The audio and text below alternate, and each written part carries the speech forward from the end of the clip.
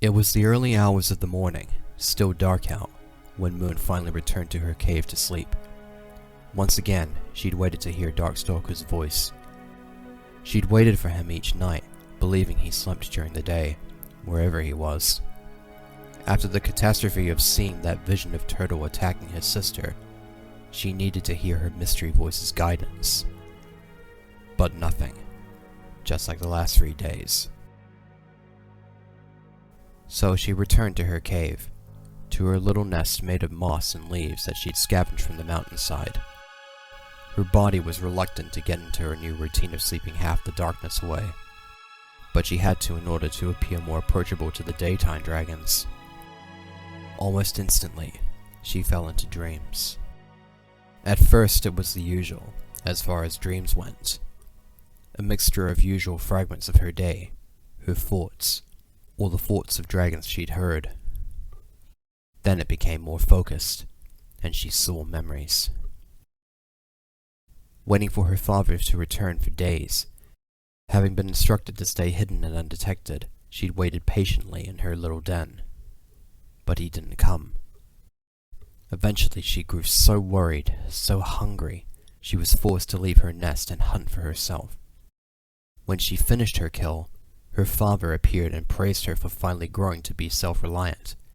He purposely stayed away, starving her, testing her to see how long she would obey orders, before finally giving in and hunting for herself.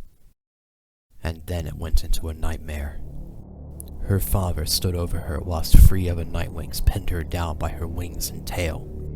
Morrowseer's gaze searched her over, something unreadable in his gaze. He bent to inspect her face. Moon tried to crane her neck away from him, but he used the movement to rip off an earring out of her ear. It wasn't a nightmare, Moon realized. It was another vision. Morrowseer held up the earring in front of Moon's face. Small, bright silver with a diamond center. His expression turned hard. Finally, growled out her father. You will be of use to your tribe. And then she was being dragged away. She struggled. She fought. But then her ankles and wrists were being chained. Hard, tight iron pinched her scales. How could this be the future? Please don't let this be the future.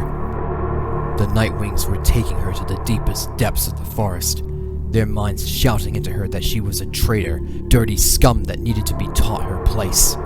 She was going to stay there forever, the chains binding tighter and tighter. Talons and teeth, you poor thing. The vision broke like a mirror, splintering into 1,000 shards. A huge shape loomed out through the cracks, and Moon got an impression of a shape made of silver and black.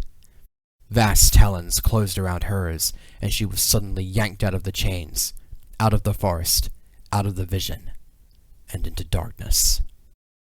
Cold, peaceful darkness. No voices in her head, no impending visions of doom. Nothing at all. It was the first silence Moon had found since coming to Jade Mountain, since being with the rebellion. She wanted to hide in it forever. I've got you. Came a voice. The voice. Breathe. And Moon did. First one deep breath, then another. Gradually, her heart rate slowed down. You came back. She was still asleep. She knew that much. Darkstalker had pulled her out of her nightmare and brought her mind somewhere quiet. She sensed he was waiting nearby. I couldn't exactly ignore you trapped in that. He gave a low growl. Someone should be punished for letting you get this way. No one knows how to fix me. She said quietly. Thank you for what you did back there. You should be able to do that yourself. Take yourself out of your visions, not be lost in them.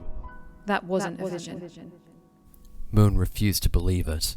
It was too frightening to believe she was bound to somehow be imprisoned by her father, forced to help her tribe do evil things. You think so? He sounded amused, and then he went quiet for a while. Was that your father? Yes. There was really no point in hiding it. I was raised outside the tribe in the rainforest. My father was the one who tried to train me. He said I had to become the perfect instrument for our tribe to secure our future. I can understand that more than you realize. But like you said, I'm pathetic. Until you came along, I had no idea how to control my powers. I still don't.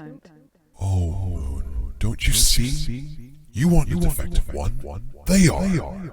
You are the one born with a Nightwing's true gifts. You have power, and they don't. That makes you better than they could ever hope to be. Once you learn control, once you have confidence, they'll know how much of a mistake it was to shun someone like you. Everyone who respects you will be drawn to you. You'll be able to do anything you want. But what if I want to have friends? Dragons that aren't scared of me? What if all I want is to be rid of the taint of my father's name? She felt a talon reach out and touch hers. I'll be your friend. I'm not even remotely scared of you. It sounded like he was joking, but it was a little hard to tell. Tell me, would you give up your powers if you could? Moon thought about it for a moment. If she'd never been born with powers, had been raised on the island, she would have had a normal life. Maybe her family could have been normal. But on the other talon, she'd seen into all kinds of dragons, into their hearts, and found humbling truths. If she got rid of her power tomorrow, would her head forever be quiet and empty like it was now? No. She finally admitted. I don't want to be like other dragons. I just want them to not mind that I'm different. I want to show them that I can do good things with my powers. I want to stop being scared of being discovered, of what my visions mean, of other dragons, of everything. I think I can help you with that. You won't leave me again? She asked, that knot from the past 3 days growing tighter. You worried me for a while. Sorry, said Darkstalker. but you kind of took me by surprise. Not an easy thing, I'll have you know. There was more to it. Why didn't you know the date? It upset you. In the dark, there was a long, weary sigh. I've been asleep for far longer than I thought. My life. I think it's all gone. Darkstalker? Moon tried to reach out into the dark. Her talons met her stone. Deep grooves scratched into the surface, like someone was trying to dig through the rock with nothing but their bare talons. What happened to you? Classic fairy tale, really. Boy meets girl, they fall in love, and they plan their whole futures together. Same boy has a best friend he loved like a brother. But in the end, the brother and the lover turned on the boy, trapped him where he couldn't get out, and made him sleep until they were gone. Moon didn't like the way he spoke. Emotionless, devoid of any inflection. With something like the rainwing darts? A spell. What? I wanted to change the world. I wanted to make it better.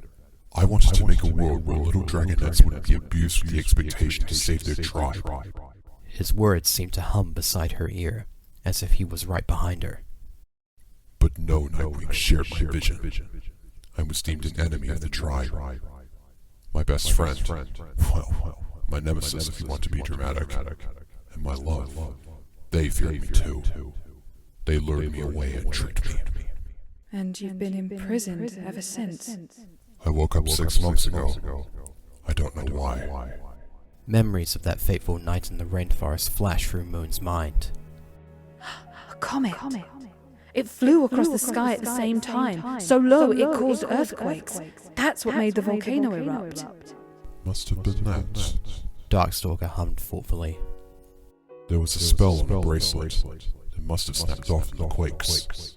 Is there no way to free you? There was such sadness in his voice. a choked-back despair that Moon felt herself be moved to desperate pity. I can try to find you. It must be close for you to hear me. A talon closed around hers again. Moon caught a brief flash behind the confident and charming persona Darkstalker wanted her to see. Instead, she saw an infinite well of loneliness, of yearning. Don't worry. I don't exactly know where I am, or how you could help. But I do know for certain that you would need to step outside the shield to get to me. That would put you in unnecessary danger, and I won't have it. Not on my account.